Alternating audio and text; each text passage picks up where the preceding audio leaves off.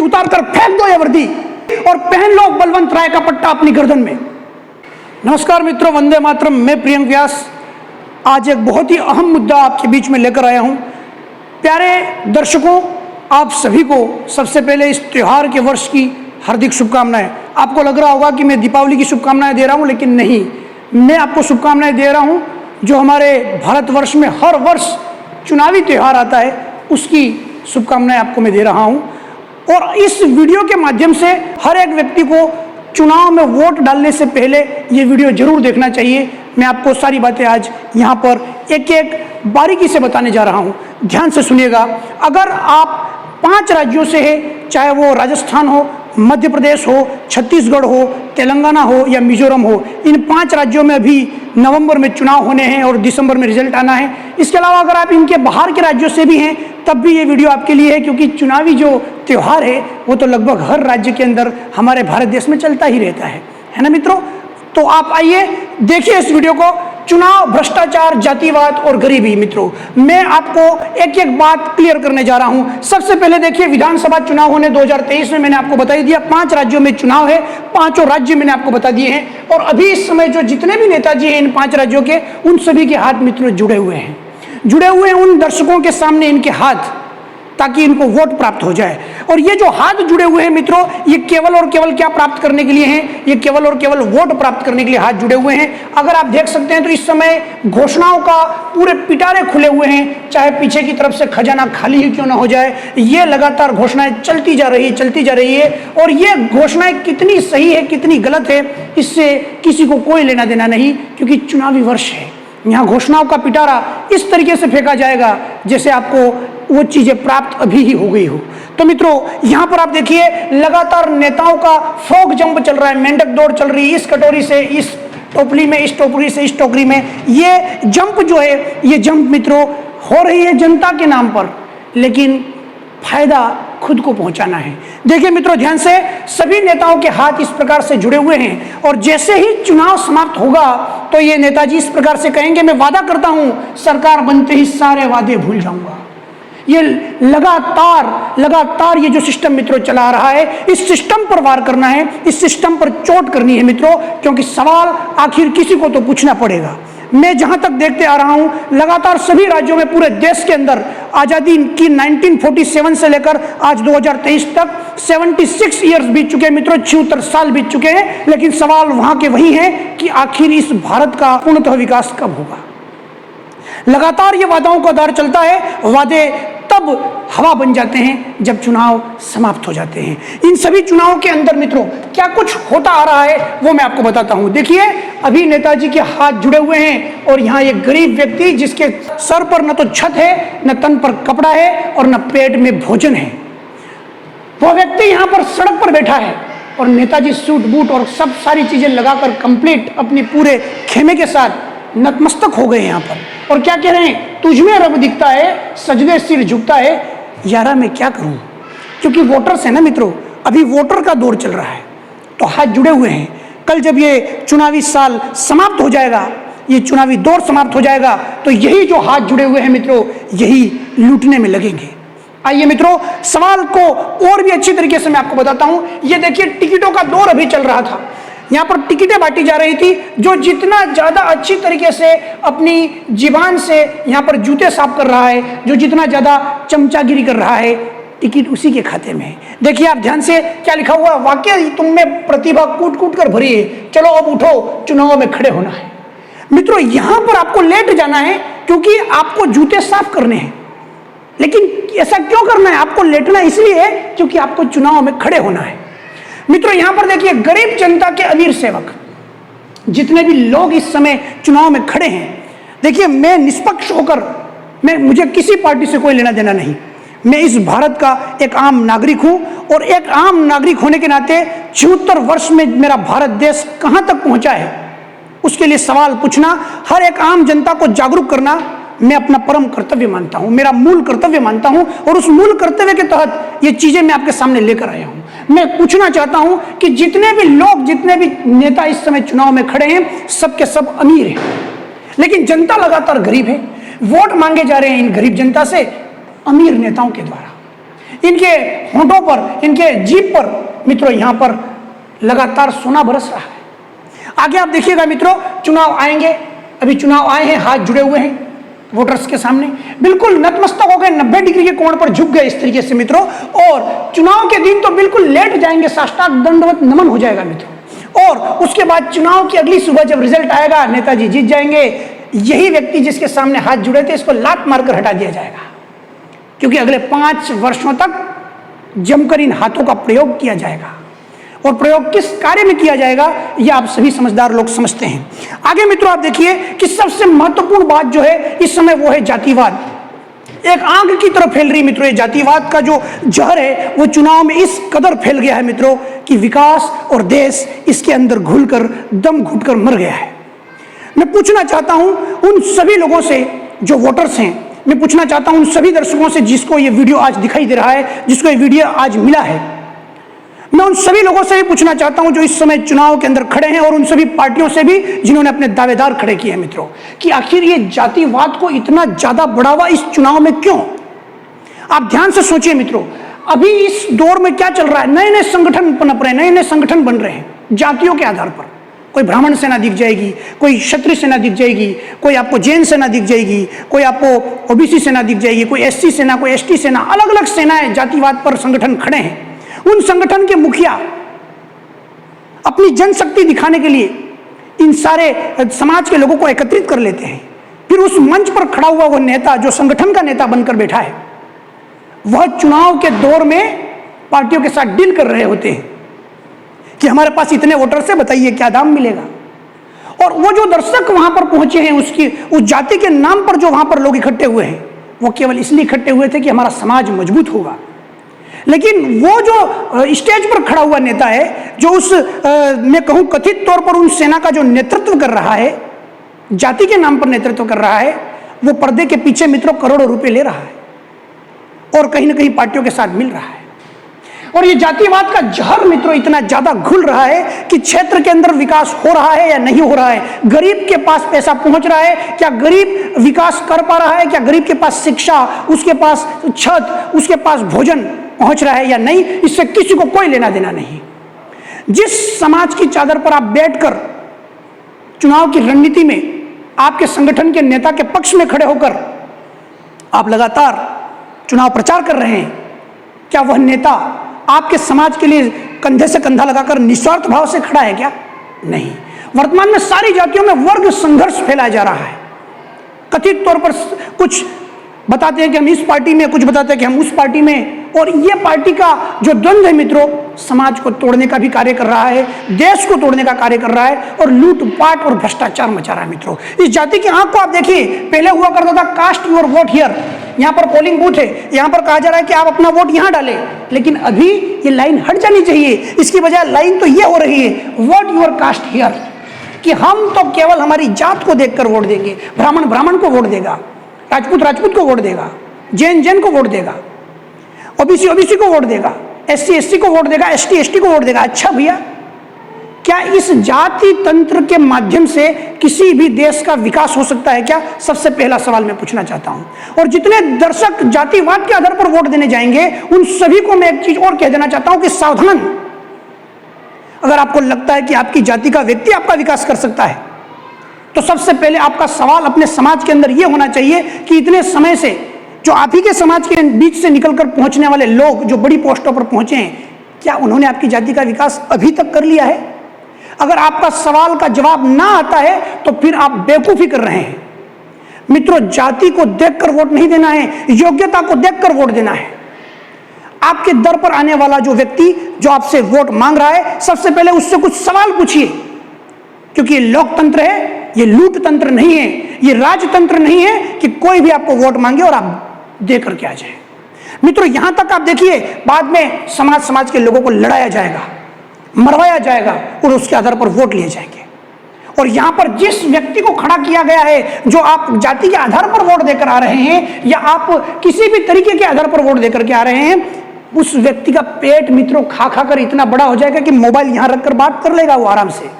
उसका स्टैंड तैयार हो जाएगा, उसका पेट फूलकर इतना बाहर हो जाएगा कि वो यहां पर मोबाइल रखकर आराम से हेलो करके बात कर लिया करेगा। और आपका फोन आएगा तो पेट से ही काट लिया करेगा। ये स्थिति है मित्रों इस समय लोकतंत्र की। मैं फिर आप लोगों से सावधान होकर के मैं आपसे कहना चाह रहा हूं कि क्या जातिगत तंत्र को बढ़ावा देना वर्ग संघर्ष की ओर बढ़ना नहीं है? क्या जातियों के लोग निकलकर अगर आपकी विधानसभा में चले जाएंगे तो क्या गारंटी है कि आप ही की जाति का वो वहां पर समर्थन करेंगे? वो वहां पर पहुंचा हुआ असेंबली में पहुंचा हुआ व्यक्ति अपना खुद का भला देख रहा है।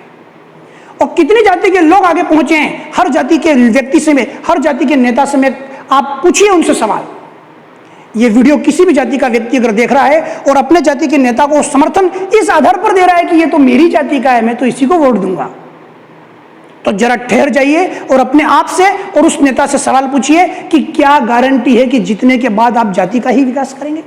क्षेत्र का विकास कौन करेगा? अगर हर व्यक्ति अपनी जाति का ही विकास करने में लगा रहेगा तो क्षेत्र के विकास का क्या होगा? मित्रों, इस बात को समझना होगा। आगे बढ़ते हैं इस चीज को देखिए। अभी इस लूट तंत्र में भयानक तरीके से मित्रों शराब की तस्करी होगी और चलेगी लगातार। और ये कोई ऐसा सत्य नहीं है जो लोग जानते नहीं है, या मैं बता रहा हूं तभी जानेंगे। लगभग हर व्यक्ति को यह मालूम है कि ढडल्ले से ये जो देसी शराब जिसको गांवों में पोटली कहा जाता है मित्रों, पोटली ये बिकेगी और लोग इस एक पोटली के लिए अपना 1 करोड़ रुपए का वोट बेच कर आएंगे, दे करके आएंगे। उसको नशे में पता भी नहीं होगा कि वो किसको वोट दे रहा है। इसके अलावा मित्रों ये देखिए आप ढडल्ले से ये शराब लगातार बटेगी, बांटी जाएगी। खुद यहाँ पर नेताजी भी बांटेंगे। कई जगह पर शराबों के मित्रों यहाँ पर पार्टियां मनाई जाएगी। लोग आप देखेंगे पूरी तरीके से शराब में डूब जाएंगे और यहाँ पर देश नहीं ताकतवर बनेगा, ताकतवर बनेगी तो केवल शराब। पूरे देश के अंदर मित्रों ऐसा वातावरण बन जाएगा और बन रहा है कि हमारा भारत देश जो एक समय पर विश्व गुरु था, एक समय तक सोने की चिड़िया था, वो केवल बोलने से नहीं होगा मित्रों। वो हमको हमारे कर्म के अंदर, हमारे एक्शन के अंदर लाना होगा। होता क्या है, दर्शकों की और यहाँ पर जितने भी वोटर्स हैं उन सभी दर्शकों की और सभी वोटर्स की गलती है। वो चुनाव के टाइम पर तो अपनी जाति के आधार पर, अपनी इस एक पोटली के आधार पर वोट देकर के आ जाते हैं। कोई गुड़ दे रहा है, कोई क्या दे रहा है, कोई फलाना ढिमका। पूरी चुनाव आयोग की नियमों की धज्जियां उड़ाई जाती है मित्रों, ढडल्ले से उड़ाई जाती है। नाकाबंदी वहां होती है जहां से शराब निकल चुकी होती है और जहां शराब पहुंचने वाली वहां नाकाबंदी होती नहीं। बहुत सारे इस तरीके के विषय मित्रों और इस देश के अंदर लगातार चल रहे हैं। और इस चुनाव के दौरान जमकर भ्रष्टाचार चरम पर पहुंचेगा। और जब जीतने के बाद क्या आप उस नेता से आशा करेंगे, आपने जिस व्यक्ति से ये पोटली ली है या आपने जिस व्यक्ति से ये बियर, ये शराब ली है, उस नेता के पास आप चुनाव के बाद जाएंगे, आप कहेंगे कि मेरा ये काम है करवा दीजिए, तो कहेगा कि तेरा जो काम था पीने का वो मैंने तुझे पिला दिया, अब काहे के लिए आया भैया, एक और ले, एक और पी ले और निकल ले। ये आपकी हालत हो जाएगी क्योंकि आपने अपना वोट बेच दिया होगा मित्रों। आगे कई लोग ऐसा भी कहते हैं कि खाना पीना दोनों तरफ से कर लीजिए और जिसको देना दे दीजिए। नहीं, मैं इसका भी विरोध करता हूं। मैं कहता हूं कि आपके दर पर आए हुए व्यक्ति से पूछिए सवाल। हर वोटर्स को जागरूक होना होगा, उसको अपने सवाल पूछने होंगे कि अभी तक के आपने अपने जो एजेंडे के अंदर जो बातें बताई थी उसमें से आपने कितनी पूरी की, टिक करके बताइए। आपके एजेंडे में हर साल ये जो चुनावी वादे होते हैं ये कितने हद तक आपने पूरे कर लिए, उसको आप बताइए। सवाल पूछिए कि आखिर क्यों 1947 से लेकर 2023 तक वही मुख्य मुद्दे, वही मूल मुद्दे, रोटी, कपड़ा और मकान आज तक लोगों को नसीब नहीं हो रहे। मैं पूछना चाह रहा हूं, 76 वर्ष लग गए, अब तक गरीबी का आंकड़ा कम नहीं हो पा रहा, उल्टा बढ़ रहा है। तो किस प्रकार के एजेंडे की बात कर रहे हैं हम लोग? हम कौन सी दिशा में आगे बढ़ रहे हैं, हमको समझना होगा मित्रों। आगे देखिए आप यहाँ पर यह अवैध शराब की लूट मचेगी मित्रों। यहाँ पर बैठकर ये लोग इस तरीके की पार्टियां मनाएंगे। अभी आप देखिए इस तरीके का दौर भी चलेगा, कमर 90 डिग्री पर झुक जाएगी। कमर की प्रॉब्लम नहीं है, डॉक्टर साहब कह रहे हैं, ये तो जब तक चुनाव है तब तक ऐसे ही रहेंगे। आगे देखिए आप, अगर पुष्पा नेता होता तो चुनाव से पहले फ्लावर हो जाता है, बिल्कुल फ्लावर, चुनाव से पहले एकदम फूल झड़ देंगे आपके सामने, और चुनाव के बाद मित्रों फायर कि झुकेगा नहीं साला। ये सिस्टम चलेगा मित्रों, ये सिस्टम चलेगा। इसके बाद देखिए आप देख सकते हैं कि इस वोटर्स की तरह हमको यहाँ पर जागरूक होना होगा कि दोनों अलग अलग पार्टियों के लोग अपने चुनावी वादे लेकर आ रहे लंबी फेरिस्त वाले, तो आपको कहना होगा कि आप ये दोनों गठबंधन चुनाव के बाद कर लीजिएगा ताकि मुझे फायदा हो जाएगा। चुनाव के पहले गठबंधन क्यों, चुनाव के बाद गठबंधन क्यों नहीं भैया? उसके बाद अपने दोनों वादे मिलकर पूरे करिए। यहाँ पर ये नेताजी कह रहे हैं चुनाव का जब रिजल्ट आएगा तब क्या होगा। यहाँ पर ये भाई साहब जो हम आम नागरिक है वो कह रहा है कि चुनाव के बाद फिर से महंगाई बढ़ेगी तब क्या होगा। यहां पर चुनाव आयोग का नोटिस पर नोटिस दिया जा रहा है, नोटिस के ऊपर बैठकर यहां पर आराम से हंसी मजाक की जा रही है। अब पहले कहा जा रहा है वोट दो, और वो ऐसे वोट नहीं दे रहे हो तो ऐसे वोट दो। आप देख सकते हैं मित्रों, आगे देखिए, नेताजी इस व्यक्ति की बात बहुत ध्यान से सुन रहे थे। इनको लगा कि शायद ये वहां का व्यक्ति है जहां मतदान होने वाला है, लेकिन इनको पता लगा तुरंत कि ये व्यक्ति तो वहां का है जहां मतदान हो चुका है। अब इसकी समस्या से हमारा क्या काम, लात मार के इसको हटा दिया। कह रहे 1 घंटा खा गया हमारा, मुझे लगा कि मेरा जहां मतदान क्षेत्र है वहां का आदमी है, ये तो दूसरा आदमी है, ये तो दूसरे मतदान क्षेत्र का व्यक्ति है, मैं इसका भला क्यों करूं, मुझे तो वोट चाहिए। आगे देखिए, यहां पर ये कुछ लोग कह रहे हैं, चुनाव आयोग से भी कह रहे हैं कि हमारी शिकायत यह है कि चुनाव में सबसे ज्यादा कार्टून तो आपके बारे में बन रहे हैं, यह भी इनकी एक समस्या है। यहां पर ये भाई साहब कह रहे हैं कि मैं तो घबरा ही गया था कि भ्रष्टाचार, दलाली आदि पर प्रतिबंध लग रहा है, लेकिन वो तो केवल शब्दों में प्रतिबंध लगा है, ओरिजिनलिटी में तो प्रतिबंध कहीं है ही नहीं। ये सारी घटनाक्रम मित्रों घट रही है। आगे आप देखिए, जैसे ही आपने अपनी जाति के आधार पर वोट दिया, आपने भ्रष्टाचार के आधार पर वोट दिया, आपने पैसा लेकर अगर वोट दिया, आपने दारू पीकर अगर वोट दिया, आपने अपने निजी स्वार्थ के लिए अगर वोट दिया मित्रों, तो ये आने वाली 7 पीढ़ी आपसे पूछेगी कि आप एक शराब के लिए अपना एक कीमती वोट बर्बाद करके आ गए, अपनी आने वाली पीढ़ियों का भविष्य खराब करके आ गए। मित्रों, राजनीति का मतलब होता है दिल में राज करने वाली नीति, लोगों पर राज करने वाली नीति नहीं है। लोकतंत्र का अर्थ है लोग यहां पर प्रमुख हैं और आपका जो नेतृत्व कर रहे हैं वो गौण हैं, उनको हर 5 साल में बदला जा सकेगा। लेकिन यहां उल्टा हो रहा है, जो नेतृत्व कर रहे हैं वो प्रमुख बन गए हैं, जनता यहां पर गौण हो गई है। और कहीं ना कहीं इसमें जनता की गलती मानता हूं मैं। जनता अपने कर्तव्यों को, अपने मूल अधिकारों को नहीं समझ रही है। जनता सवाल पूछने में संकोच कर रही है, सवाल पूछने में डर रही है। अगर हर गेट पर पहुंचने वाले नेता से हर वोटर अगर सवाल पूछना शुरू कर दे मित्रों, तो उस नेता के अंदर इतना भय उत्पन्न हो जाएगा कि वो 5 साल तक कार्य करने में लगा रहेगा। सारी वैकेंसियां जो चुनाव के आखिरी दौर में ही क्यों आती है? ऐसा क्यों नहीं होता कि वैकेंसियां हर साल निकले? क्योंकि वोटर्स लेने होते हैं लास्ट जो समय होता है उस टाइम पर। ये सारी जो मित्रों गड़बड़ी चल रही है वो फिर चलेगी। और अगर आपने गलत तरीके से वोट दे दिया और आपका गलत व्यक्ति अगर पहुंच गया ऐसी जगह पर जहां उसको नहीं पहुंचना चाहिए था, तो ये जितने भी अधिकारी जो गवर्नमेंट के माध्यम से लगे हुए होंगे, सरकारी कर्मचारियों में क्या हो रहा है मित्रों आजकल? मैं पूछना चाह रहा हूं, हर प्रकार के सरकारी तंत्र के अंदर भ्रष्टाचार व्याप्त है। ऊपर से बिल्कुल मित्रों साफ सुथरा दिखने वाला व्यक्ति नीचे से यहां पर पैसे मांग रहा है। गरीब व्यक्ति के पास अगर पैसा नहीं है तो उसका काम नहीं होगा। यहां पर एक नहीं, यहां पर आप देख रहे हैं बिल्कुल सुपरमैन की तरह 8-8, 10-10 हाथ से पैसा बटोरा जा रहा है ताकि अपनी ताजपोशी की जा सके। आप देख सकते हैं कि आपकी फाइल तब तक आगे नहीं बढ़ेगी जब तक उस पर पैसों का बोझ, पैसों का वजन नहीं लग जाए। और गरीब मित्रों, गरीब की हालत क्या है? मैं भी कहना चाहूंगा कि अभी मैं कुछ दिनों पहले एक अस्पताल में गया, सरकारी अस्पताल में मित्रों, इसी क्षेत्र के सरकारी अस्पताल में, और वहां की स्थिति देखकर बड़ी गंभीरता और बड़ा सोचने विषय मेरे मन के अंदर व्याप्त हो गया। मैं विचार कर रहा हूं मित्रों, हम लोग विचार कर रहे हैं इस बात पर कि आखिर ये जो महिला है इसको ऑक्सीजन के लिए यहां फर्श पर लेटना पड़ा। इस महिला के साथ में आए हुए व्यक्ति को इस तरीके से बिठाया जा रहा है। ये महिला बचेगी या मरेगी इससे किसी को कोई लेना देना नहीं। सरकारी तंत्र में मित्रों लगे हुए जितने भी मेडिकल स्टाफ है, मेडिकल डॉक्टर है, वो लाखों का पेमेंट मित्रों उठा रहे हैं गवर्नमेंट से, लेकिन वो ड्यूटी अपनी कहीं प्राइवेट में बजा रहे हैं। गवर्नमेंट में आने वाला गरीब व्यक्ति कोई स्ट्रेचर नहीं मिल पा रहा है मित्रों। ये लड़का आप देख रहे हैं, ये अपने बूढ़े पिता जो चल नहीं सकते उसको अपने कंधे पर लाद कर जाने को मजबूर है। एक तो ये सवाल नहीं पूछ सकता क्योंकि शिक्षा की कमी है, दूसरा इसके पास धन बल नहीं है, पैसा नहीं है, तो इसको कोई पूछेगा नहीं। तीसरा, जो लोग सरकारी कर्मचारी के रूप में लगे उनको अपना कर्तव्य ध्यान नहीं, याद नहीं। आगे देखिए मित्रों, ये आप देख सकते हैं बेड पर जो है पुतला भी लेटा रखा है और यहाँ पर आप देख सकते हैं इसका बिल लगातार बढ़ रहा है और ओरिजिनल व्यक्ति तो यहाँ मर के पड़ा हुआ है, घंटों पहले मर गया है और बिल लगातार बढ़ रहा है। प्राइवेट सेक्टर के जितने हॉस्पिटल है उनकी ये कहानियां हैं। वेंटिलेटर पर लगाकर लाखों रुपया वसूल लिया जाता है मित्रों, कोई पूछता नहीं है, कोई बोलता नहीं है, कोई सवाल करने की हिम्मत नहीं करता है। लेकिन मैं ये बात रखूंगा मित्रों, मैं ये बात बिल्कुल रखूंगा, क्योंकि गरीब के साथ होता हुआ अन्याय मित्रों बहुत गलत दिशा में इस देश को ले जाएगा। आगे आप देखिए, यहां पर ये आप देख सकते हैं, ये व्यक्ति कह रहा है कि मैं ओरिजिनल डॉक्टर से कब मिलूंगा। ये डॉक्टर के वेश में नकली डॉक्टर इसका इलाज कर रहा है, क्योंकि ओरिजिनल जो डॉक्टर होना चाहिए पास में, वो किसी अलग अपना खुद का क्लिनिक चला रहा है या किसी और प्राइवेट हॉस्पिटल के अंदर लाखों कमा रहा है, और यहां पर गरीब मरने को मजबूर है। क्या स्थिति है मित्रों इस देश की? आप देख सकते हैं कि डॉक्टर के हाथ में होना क्या चाहिए और है क्या, कटर है डॉक्टर के हाथ में। मैं कहूंगा केवल 10% डॉक्टर ईमानदार रह गए, 90% डॉक्टर इस देश के मित्रों कहीं ना कहीं लूट मार की तरफ बढ़ रहे हैं। डॉक्टर को इस देश में भगवान का दर्जा दिया गया है। जब कोई पेशेंट उस डॉक्टर के पास पहुंचता है तो उसको ये सेटिस्फेक्शन मिलता है कि ये मुझे बचा लेगा, लेकिन उसे तो क्या पता था कि वो थोड़ी देर बाद उसी के हाथों मर जाएगा। ये सब कुछ चल रहा है इस भ्रष्ट तंत्र की वजह से। ये सब कुछ इसलिए चल रहा है क्योंकि कोई आरटीआई से सवाल जवाब नहीं पूछ रहा है।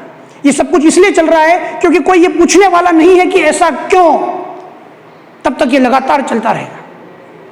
मुझे सारी घटनाक्रम देखकर मित्रों सनी देओल का एक डायलॉग याद आता है कि उतार कर फेंक दो ये वर्दी और पहन लो बलवंत राय का पट्टा अपनी गर्दन में।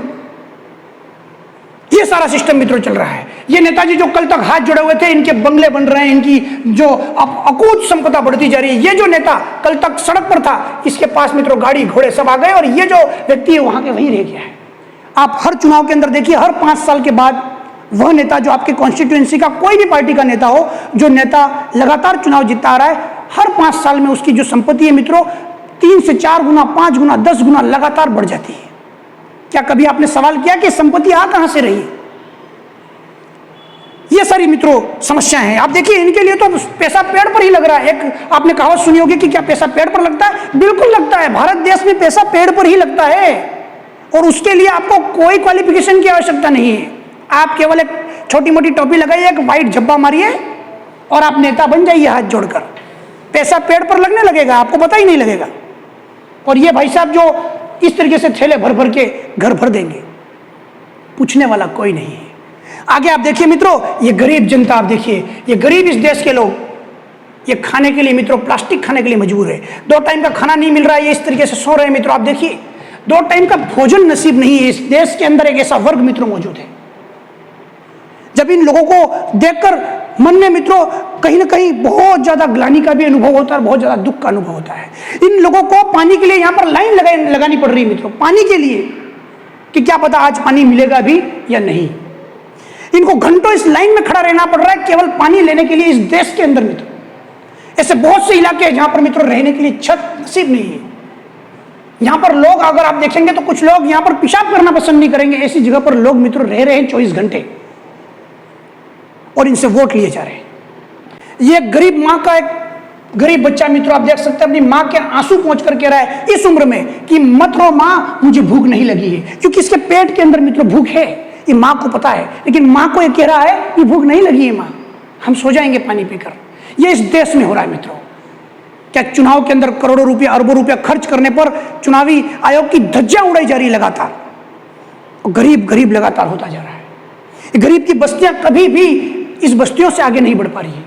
ये बस्तियां होटलों में कन्वर्ट हो जाती है जब अमीर इस पर कब्जा कर लेते हैं। ये गरीब व्यक्ति ये गरीब मां अपने बच्चों के शरीर पर एक कपड़ा लाने के लिए पैसा नहीं रख पा रही है मित्रों। मैं पूछता हूं कि कौन जिम्मेदार है इस देश की हालत ये करने के लिए? सवाल पूछना होगा। भगत सिंह ने मित्रों एक बार बहुत सही कहा था कि मुझे आजादी मिलने की चिंता नहीं है, मुझे आजादी के बाद की चिंता है कि कहीं ऐसा ना हो कि ये अंग्रेजों की तरह यही नेता मेरे देश को लूटे और खसोटे। और वही मित्रों यहां पर हो रहा है। मैं ये नहीं कहूंगा कि सारे नेता ऐसे हैं, कुछ नेता बिल्कुल योग्य हैं, अच्छा कार्य कर रहे हैं, लेकिन लोग उनको सपोर्ट नहीं कर रहे हैं। जहां अच्छा ही है वहां पर सपोर्ट नहीं है, और जहां गलत हो रहा है वहां पर सपोर्ट दिए जा रहे हैं, उन लोगों को बढ़ावा दिया जा रहा है मित्रों। आप देख सकते हैं ये जो अमीर है, अमीर लोगों के चौचले देखो, ये कह रहे हैं कि ये खाना जो बना है मुझे पसंद नहीं है क्योंकि इसके पास बहुत सारा पैसा है। और ये देखिए आप गरीब बच्चा सड़क पर मांग रहा है, ये दे दो मुझे भूख लगी है, जो भी मिला है रूखा सूखा दे दो, खाकर पेट भरकर सो जाएंगे। गरीब से करीब का रिश्ता भी छिपाते हैं लोग, और अमीरों से दूर का रिश्ता भी बड़ा चाह कर बताते हैं मित्रों लोग। इस देश की सबसे बड़ी समस्या है कि यहाँ 2 वर्ग में इतनी बड़ी खाई पनप गई है, एक बिल्कुल निम्नतम स्तर पर चला गया और एक बिल्कुल उच्चतम स्तर पर, और एक मध्यम वर्ग है वो दोनों तरफ से थप्पड़े खा रहा है, किसी को कोई लेना देना नहीं। अमीर के लिए चुनाव मजाक है, वो वोट देने जाएगा या नहीं उसकी भी कोई गारंटी नहीं है, क्योंकि उसके सारे काम हर जगह से हो जाएंगे चाहे कोई भी पावर में आए। सबसे गरीब है, उसको पता ही नहीं है कि कौन जीता है, क्या हुआ है, उसको अपने सारे नियम, अपने सारे कर्तव्यों के बारे में बेचारे को जानकारी नहीं है, अधिकारों की जानकारी नहीं है, तो उसको भी चुनाव से लेना देना नहीं। ले देकर बच जाते हैं मध्यम वर्ग के लोग, दोनों तरफ से थप्पड़े खाते हैं, संघर्ष में जीवन बिताते हैं। आगे आप देखिए मित्रों, यहां पर ये भाई साहब अपना पूरा का पूरा पेट फुलाकर बैठे हुए हैं। पूरा पेट फुल गया, 5 वर्षों के अंदर फटने वाला है केवल बस। मैं तो सोचता हूं कि इस नाप की कमीज सिलने वाले टेलर को भी नमन करना चाहिए कि ऐसे कपड़े भी वो सिल पाते हैं। चलिए आगे आप देखिए मित्रों, ये घंटों लाइन लगी हुई रहती है, महिलाएं यहां पर चिक चिक कर कहती है, दुनिया में किसी को कोई फर्क नहीं पड़ता। तो आप अपने वोट का इस्तेमाल बिल्कुल सही दिशा में करें, जातिवाद को छोड़ दीजिए मित्रों। देश को आगे ले जाना है तो जातिवाद को छोड़ दीजिए। जितने जातिगत संगठन बने हुए हैं सब अपने जेब भर रहे हैं, चाहे वो किसी भी जाति का संगठन हो। किसी भी जाति के संगठन से सवाल पूछिए कि आप इन सारी पब्लिक भीड़ को खड़ी करके, इस नंबर ऑफ कैंडिडेट्स दिखा करके, संख्या बल दिखा करके आप कौन सी पार्टी से अपना चेक भरते हैं, जरा उसका भी तो डाटा दीजिए। क्या मैं उन संगठन के मुखियाओं से और जो लोग संगठनों में बढ़ चढ़कर हिस्सा लेते हैं जातिगत संगठनों में, उनसे भी सवाल पूछना चाहता हूं। आप मुझे बताइए, आप मुझे ये बात बताइए कि क्या आपका संगठन का नेता आपसे कहता है कि इस पार्टी को वोट दो?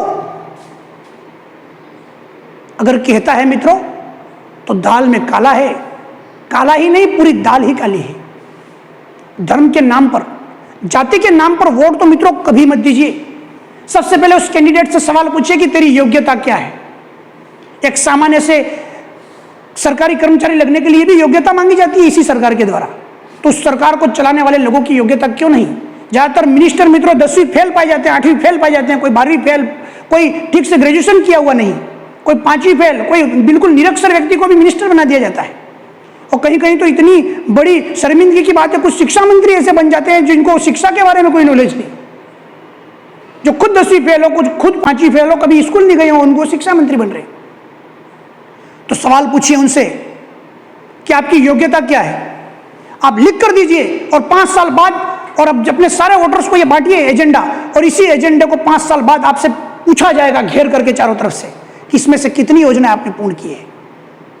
और 5 साल बाद ही नहीं पूछेंगे, हर 6 महीने के अंदर आपसे जवाब लेंगे।